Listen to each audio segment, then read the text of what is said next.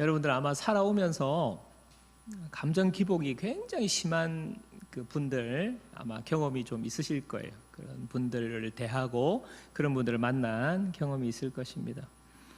어저께까지는 너무 밝고 활달하고 활기차고 즐거운 모습으로 또 보이는데 또 오늘은 너무너무 다른 거예요. 어제와는 너무나 다르게 쭉 처져 있고 그냥 다운되어 있고, 그러니까 그런 분들을 뭐 친구로 사귄다든지 그런 분들을 만나고 대하게 되면 저 입장에서는 참 이게 종잡을 수가 없는 거예요. 교제하는 것이 힘듭니다. 굉장히 눈치 보이고요. 너무너무 힘이 들잖아요. 그런 감정 기복이 심하신 분들. 신앙생활을 하는데도 마치 이런 현상이 나타나는 분들을 많이 봅니다. 어저께까지는 지난주까지는 막 할렐루야 아멘 표정이 그냥 막 기쁨이 넘쳐가지고 그렇게 와가지고 막 인사도 하고 그러다가 또 이번 주는요 너무 이렇게 다운돼 있어요. 또 그러면서 몇 주 교회를 안 나와요. 전화도 안 받고. 그러니까 정말 신앙생활이 감정의 기복이 막 올라갔다 내려갔다 하는 것처럼 하나님과의 거리도 그분을 보면요 막 가까웠다가 막 뜨거웠다가 또 막 어디로 사라졌는지 모르게 막 하나님으로부터 멀리 사라지고요. 교회도 막 가까이 생활했다가 모임에 참여하고 이랬다가 교회를 몇 주를 안 나오는 이런 신앙생활을 하는 모습을 종종 보게 됩니다.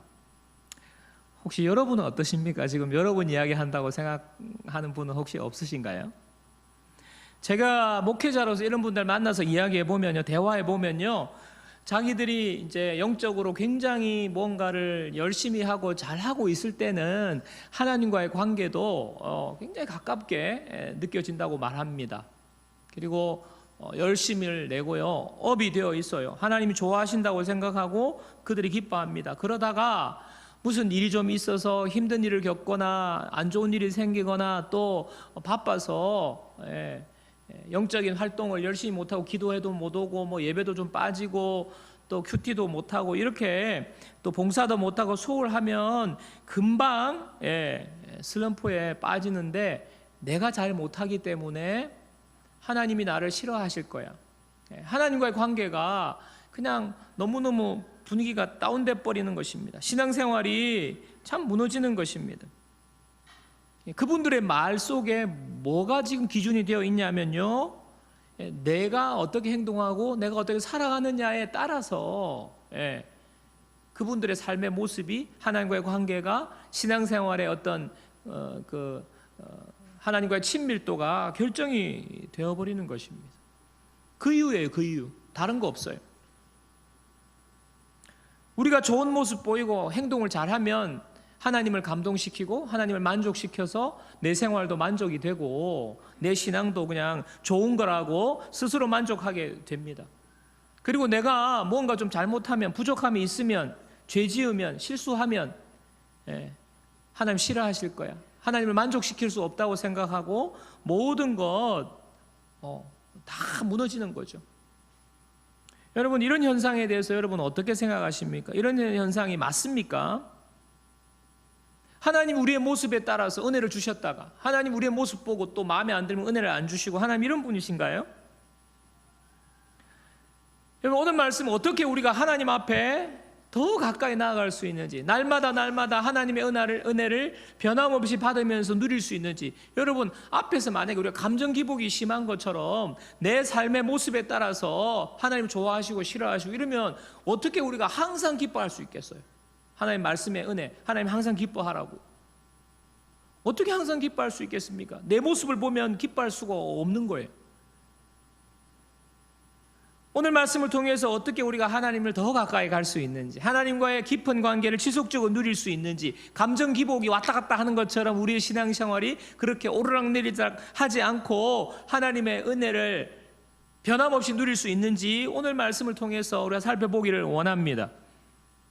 그래서 오늘 말씀에 두 가지를 말하려고 하는데, 하나는 우리가 버려야 할 것 하나, 그리고 반대로 붙잡아야 될 것 하나, 이렇게 하나씩 말씀을 드리겠습니다. 먼저 버려야 할 것인데요, 버려야 할 것은 내 모습과 행동이 하나님께 가까이 나아가는 기준이나 근거가 된다는 생각을 버려야 합니다. 내 모습과 행동이 하나님께 가까이 나아가는 기준, 근거가 된다는 이 생각을 버려야 하는 거예요. 히브리서 7장 19절입니다. 오늘 말씀이죠. 히브리서 7장 19절.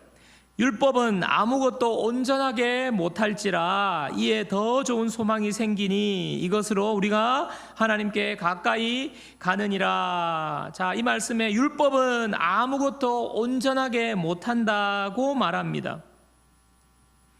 그리고 이에 이것 때문에 더 좋은 소망이 생기니 이것으로 우리가 하나님께 가까이 나아간다 말합니다.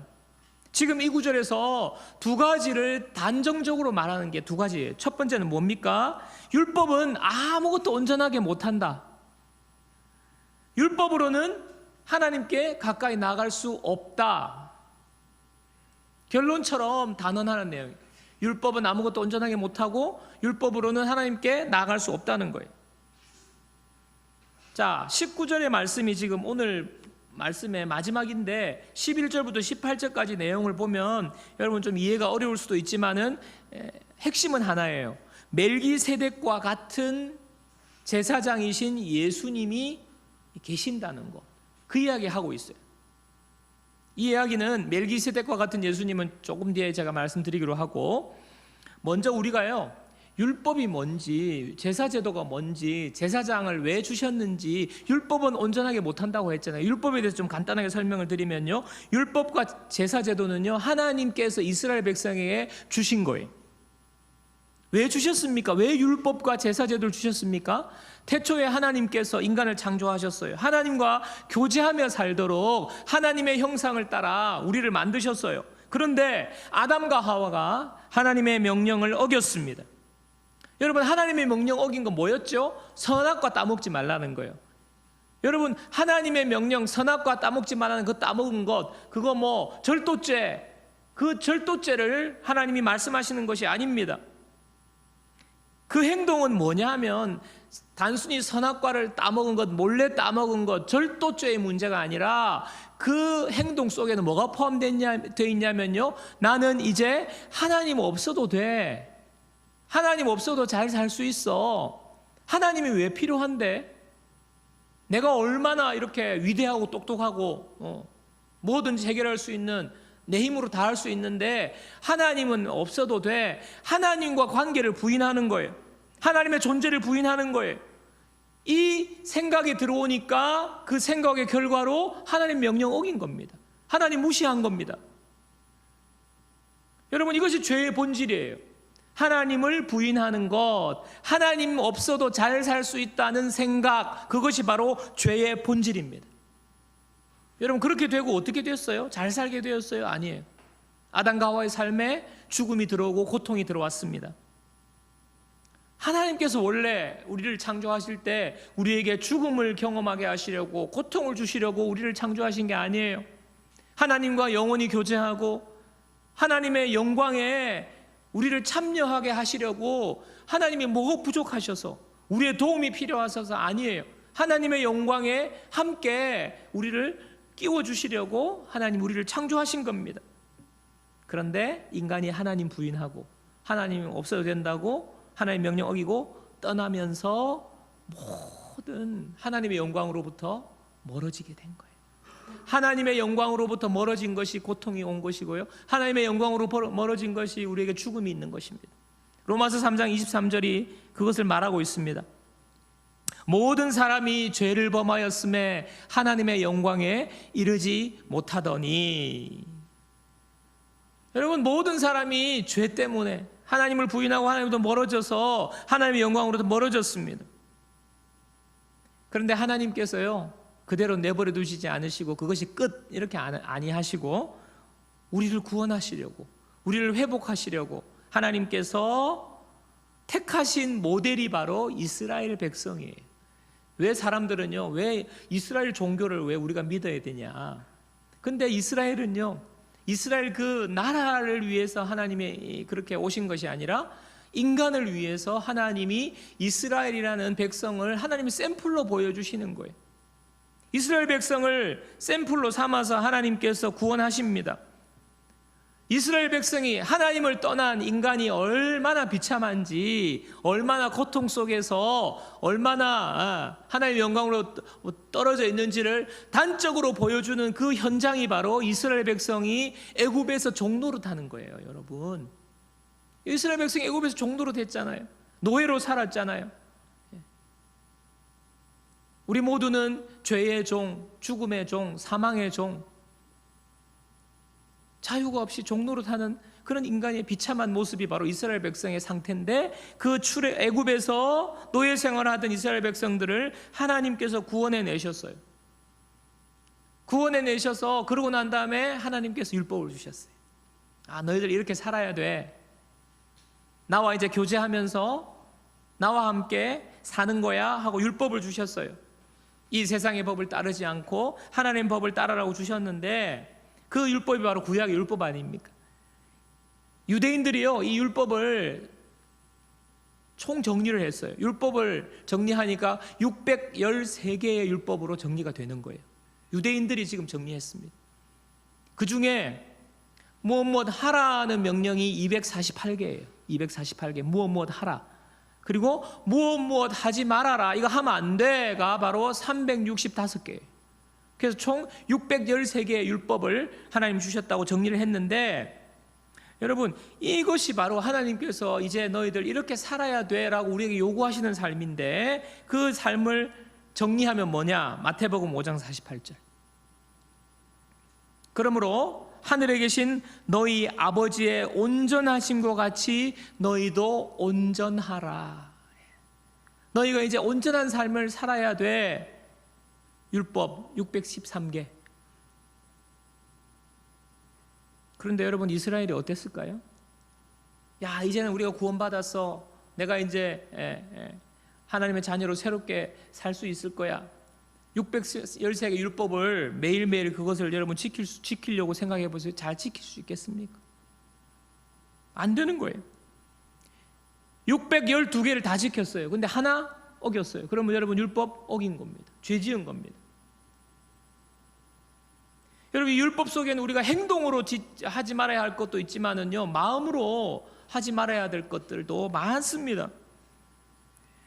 율법을 잘 지키려고 내가 이제 새 출발해 보려고 율법을 잘 지키려고 노력하면 노력할수록 무엇을 발견하냐 하면요, 야, 이거 너무너무 힘들다는 걸 알게 되는 거예요. 그리고 율법을 지키려고 노력하면 노력할수록 내가 자꾸 이것도 어겼고 이것도 잘못했고 이것도 지키지 못했고, 나는 이것도 죄인이고 이 부분도 죄인이고, 죄인 계속 뭡니까? 자신이 죄인이라는 것을 깨닫게 되는 거예요. 발견하게 되는 거예요. 율법을 지키려고 할수록. 로마서 3장 20절입니다. 그러므로 율법의 행위로 그의 앞에 의롭다 하심을 얻을 육체가 없나니 율법으로는 죄를 깨달음이니라. 율법을 지키려면 지킬수록 드러나는 것은 내가 죄인이라는 것이 드러나는 거예요. 한 예를 들면요, 율법에는요, 다른 사람 미워하고 상대방 욕하면 그거 죄 지은 거라 말해요. 살인죄 지었다고 미워하면 이미 마음으로 살인했다고 말하지 않습니까? 여러분, 우리가요 지금 다 넥타이 매고 지금 뭐 화장하고 이렇게 앉아 있고 얼마나 고생합니까? 그런데 여러분, 우리 마음 속에는요 온갖 죄가 다 일어나요. 네? 우리 마음은 아무도 볼 수 없고 나와 하나님만 보시는데, 여러분 그렇지 않습니다. 우리가 운전할 때 운전만 해도요, 앞에 누가 갑자기 끼어들면 바로 야이 튀어나오잖아요. 바로 험한 말 나오잖아요. 분노가 나오잖아요. 그게 어떨 때는 용감하면 창문 내리고 막 손가락질 하면서 바로 나오지 않습니까? 여러분, 하나님의 율법을 우리가 지킨다고 할 때 하루에도 수도 없이 우리는 정말 우리의 죄를 발견하게 되는 것입니다. 또한 하나님은 또 제사제도를 주셨어요.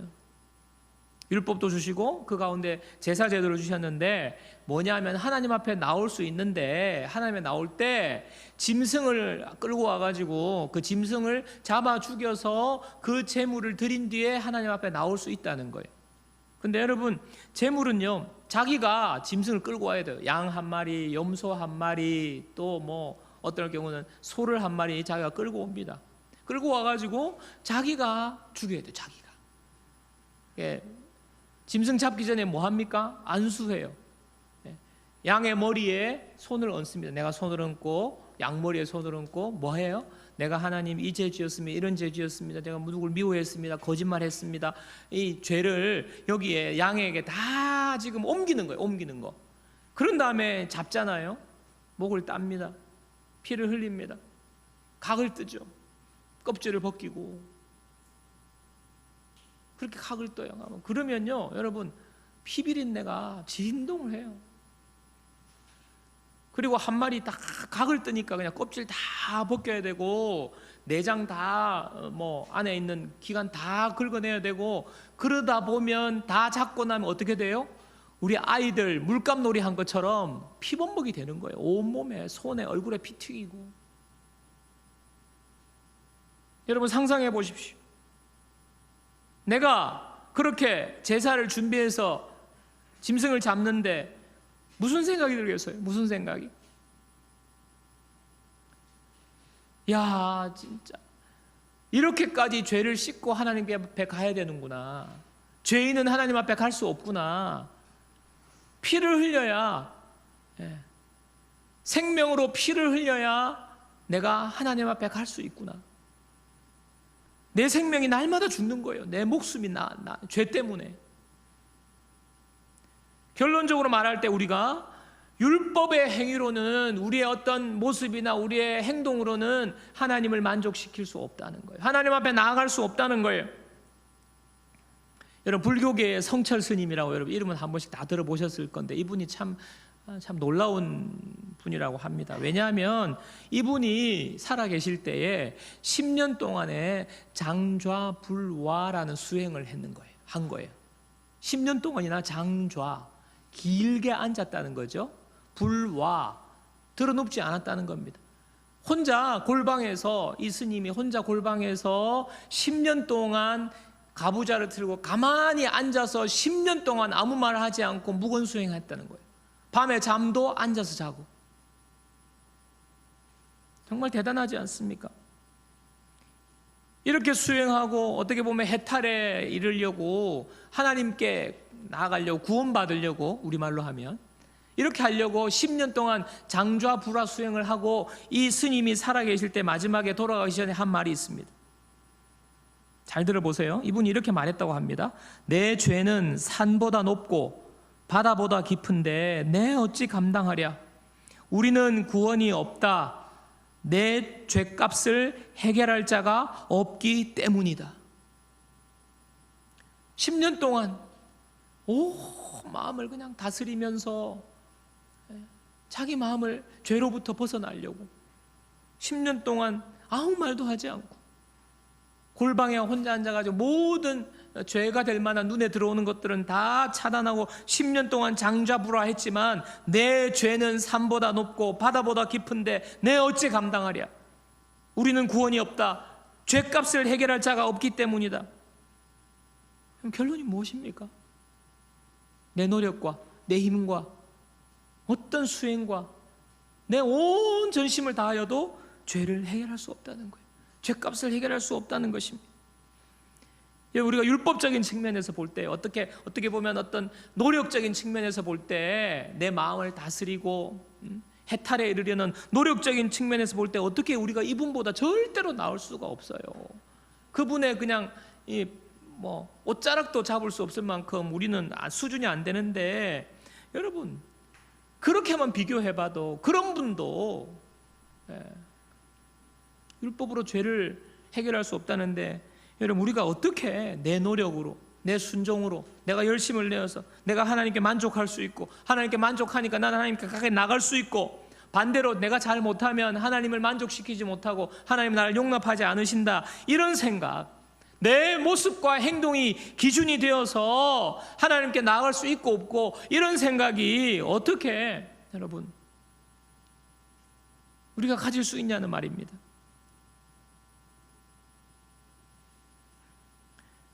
우리가 신앙생활이 내가 좀 잘하면 정말 만족이 되고, 하나님 앞에 내가 뭐 헌금도 잘 드리고 예배도 잘 드리고 봉사도 잘하고, 그러니까 하나님 나 좋아하실 거야, 하나님께 만족이 되고, 그러면 하나님이 막 은혜가 충만한 것처럼 여러분 그렇게 생각하면 그것은요 어떻게 보면 나의 교만이, 내가 착각하는 거예요. 반대로 내가 좀 뭐 예배 드리지 못하고 봉사 못하고 조금 뭐 이렇게 하나님을 만족시키지 못한다고 생각하고, 나는 하나님이 싫어하실 거야, 하나님께 가까이 갈 수 없다고 이렇게 생각하면요 그것도 교만이에요. 왜냐하면 우리는요 우리 힘으로 우리의 능력으로 절대로 하나님 앞에 가까이 나아갈 수 없기 때문에, 하나님을 만족시킬 수 없어요. 내 삶이 온전할 수가 없기 때문에 그렇습니다. 율법으로는 하나님을 만족시킬 수가 없어요. 여러분, 이런 신앙생활이 되니까 우리의 신앙생활이 매일매일 은혜가 없잖아요. 은혜가, 내가 조금 잘하면 은혜 받았다고 생각하고, 그건 자기 만족이고 자기 착각이에요. 하나님은 어제나 오늘이나 내일이나 변함없이 동일하게 우리에게 은혜를 베푸시는 은혜의 하나님이십니다. 이 하나님이 내 행동에 따라서 그렇게 된다는 것은 여러분 아니에요. 여러분, 내 힘과 노력으로 하나님께 가까이 갈 수 있는 것이 아닙니다. 하나님은요 내 힘과 내 노력과 상관없이 이미 우리를 사랑하셨어요. 변함없이 지금도 동일하게 십자가의 사랑은 변함이 없습니다. 유효합니다.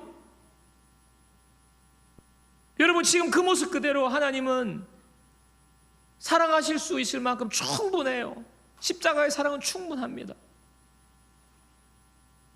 여러분, 내 행위로 내 모습으로 내가 잘해서 하나님 앞에 가까이 갈 수 있다는 생각을 버려야 합니다. 버려야 합니다. 율법은 아무것도 온전하게 할 수 없습니다. 자, 그렇다면 우리가 붙잡아야 할 것이 무엇일까요? 내 모습과 행동을 버리라 그랬죠. 내 모습과 행동이 아닌 하나님이 세우신 소망을 붙잡아야 합니다. 하나님이 세우신 소망. 그래서 오늘 19절에 더 좋은 소망이 생기니, 더 좋은 소망을 이야기하고 있어요. 히브리서 7장 14절 15절 말씀 보십시오. 우리 주께서는 유다로부터 나신 것이 분명하도다. 이 지파에는 모세가 제사장들에 관하여 말한 것이 하나도 없고 멜기세덱과 같은 별 다른 한 제사장이 일어난 것을 보니 더욱 분명하도다. 여러분, 이 말씀에 멜기세덱이 나와요. 그리고 멜기세덱과 같은 제사장이 바로 예수님, 이 예수님을 제사장으로 세우셨다라고 말합니다. 멜기세덱과 같은 제사장, 예수님. 여러분, 멜기세덱은요 창세기 14장에 등장하는 인물인데, 아브라함이 조카 롯이 잡혀갔어요.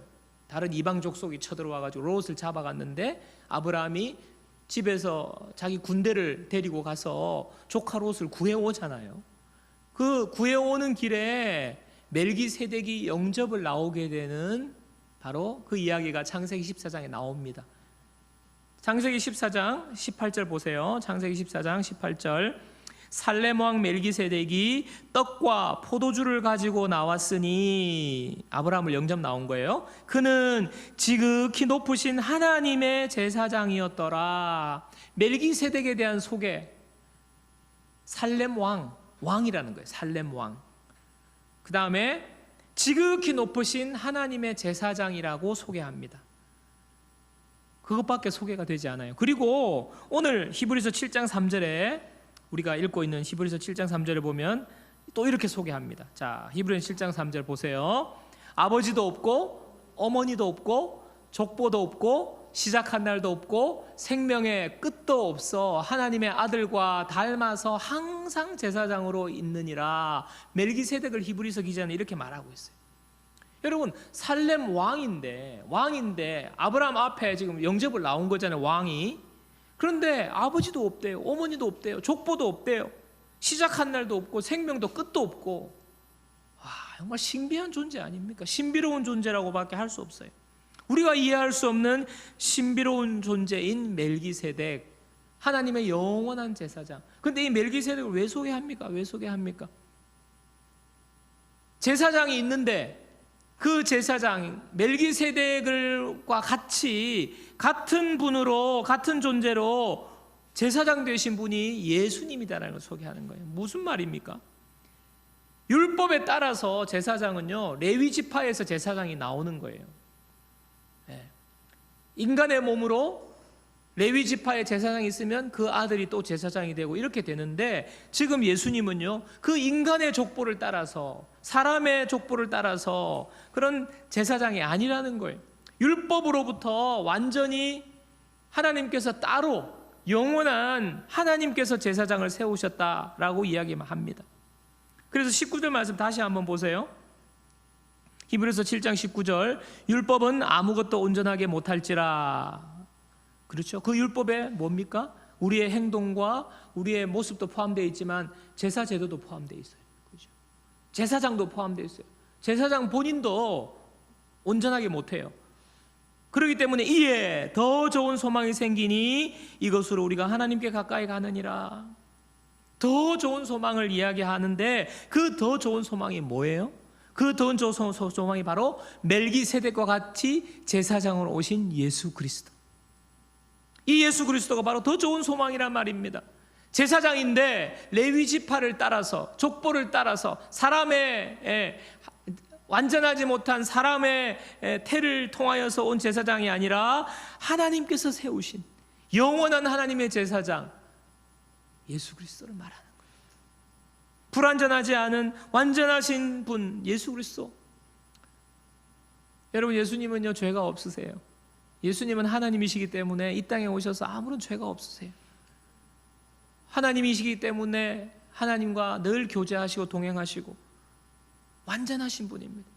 예수님에게는 불완전은 없습니다. 이 예수님이 제사장이라는 거예요. 제사장. 모든 백성의 죄를 담당하는 제사장 되신 예수님. 예수님이 제사장이기 때문에 완전한 제사장이 되시는 거예요. 하나님 앞에 나가는데 아무런 문제가 없어요. 여러분, 피를 뿌리고 짐승을 잡고 그것은요, 반복해서 해야 돼요. 반복해서. 하나님께서 그냥 그 정도 허용해 주신 것이지, 그것이 완전하면 반복할 필요가 없어요. 그런데 반복해야 돼요. 하나님이 그냥 그렇게 받아주시기는 받아주시는데 무엇을 가르쳐 주시는 거예요? 완전하지 못하다는 거예요. 너희들 죄, 이 짐승의 피로 완전하게 해결되지 않는다는 거예요. 그런데 오늘 완전하신 제사장 예수 그리스도를 보내주셨습니다.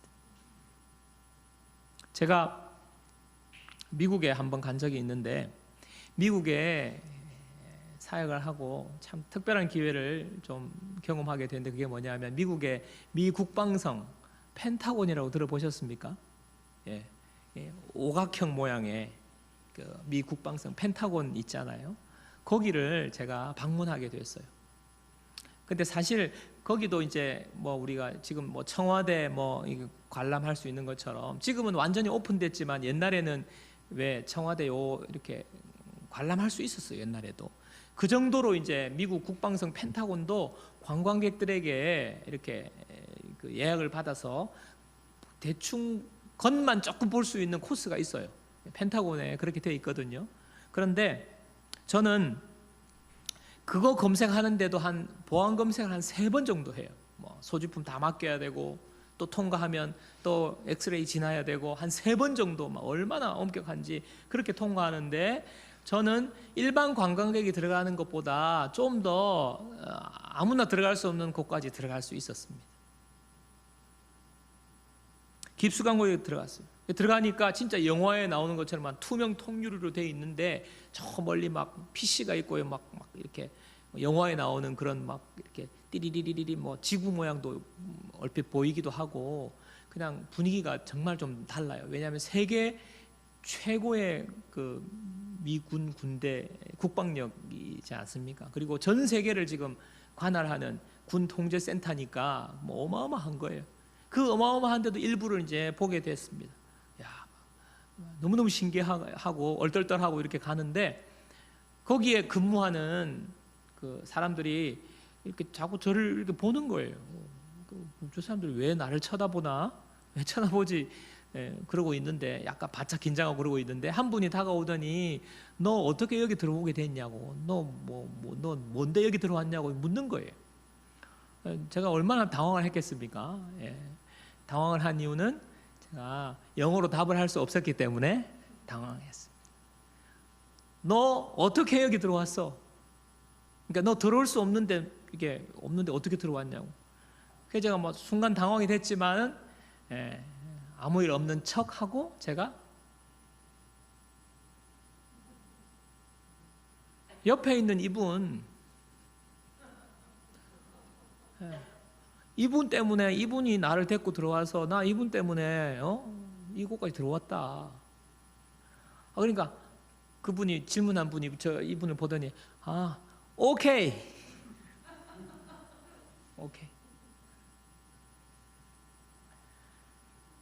여러분 제가 설교 준비하면서 이 생각이 났어요. 여러분 내 힘과 내 능력으로 제가 들어가고 싶다고 나 저 펜타곤 보고 싶어요. 국방성 구경하고 싶어요. 제가 그렇게 뭐 미국 가서 얼마나 노력을 하고 뭐 그 앞에서 그냥 뭐 나는 I love you 뭐 아메리카 뭐 여러분 이렇게 한다고 해가지고 제가 거기 들어갈 수 있겠습니까? 들어갈 자격이 있는 분, 자격을 갖춘 분, 그분과 함께 그냥 따라 들어간 것뿐이에요. 그분 때문에 들어간 거 아닙니까? 여러분 세상에 대단한 것도 내 힘과 내 능력으로 안 되지만 누군가를 통해서 따라서 들어갈 수 있는 이 원리가 여러분 하나님께서 여러분 감히 우리가 어떻게 하나님 앞에 나아갈 수 있어요? 우리가 죄인이 어떻게 얼마나 노력을 해서 어떻게 얼마나 수고하고 하나님을 만족시켜야 나아갈 수 있습니까? 나아갈 수 없어요. 그러나 하나님께서 우리를 인도하시려고 하나님께서 우리를 더 가까이 우리를 만나시려고 예수님을 예비하신 거예요. 제사장으로 예수님이 우리의 아버지가 되시고 우리의 구주가 되시고 예수님과 함께라면 우리는 하나님 앞으로 가는 거예요.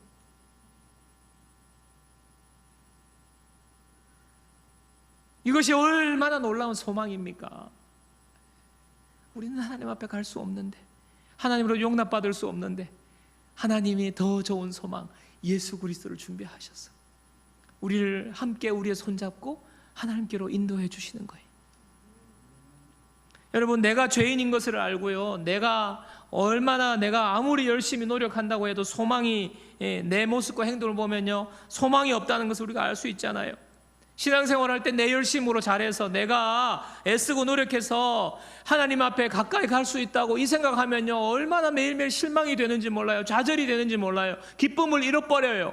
하나님의 은혜를 경험할 수가 없어요. 하나님이 마치 들쭉날쭉 어제 다르고 오늘 다르신 분으로 우리가 착각하면서 신앙의 기쁨을 잃어버립니다. 마음이 무거워지고 죄책감에 시달릴 수밖에 없어요. 그런데 여러분 그것이 아닙니다. 우리의 행동으로 우리의 모습으로 하나님 앞에 만족시키고 하나님 앞에 나아갈 수 있는 것이 아니라 우리를 위하여서 예비하신 더 좋은 소망 되신 영원한 제사장 되신 예수 그리스도 그분으로 인하여서 우리는 하나님 앞에 나아갈 수 있어요. 여러분 예수 그리스도 우리의 영원한 제사장 되십니다. 예수님이라면 예수님과 함께라면 우리는요 우리의 모습이 어떠해도 우리의 지금 상황이 어떠해도 우리는 하나님으로도 용납받을 수 있어요. 하나님의 은혜를 누릴 수 있어요. 날마다 부어주시는 하나님의 은혜 그 은혜가 우리의 모습에 달려있지 않고 예수 그리스도를 통하여 하나님 앞에 나아갈 때 하나님이 무조건 부어주시는 은혜인 줄 믿습니다. 말씀을 정리하겠습니다. 지금 여러분은 하나님과 얼마나 거리에 있어요? 좋았다가 또 여러분 멀어져 있습니까? 여러분 가까이 가기를 원하시는데 여러분의 모습을 보고 실망하십니까? 여러분 그것이 아닙니다. 하나님은 우리를요 가까이 부르시고 하나님 은혜를 주시고 하나님 우리를 축복하기 원하세요. 우리가 예수 그리스도, 더 좋은 소망 예수 그리스도를 붙잡고 하나님의 은혜의 보좌 앞으로 담대히 나아가는 저와 여러분들의 놀라운 소망을 붙잡는 하나님 앞에 나아가는 축복의 삶을 저와 여러분 모두가 누리고 우리의 삶이 날마다 그 은혜 가운데 거하는 복된 주의 자녀들 되기를 주님의 이름으로 축원합니다.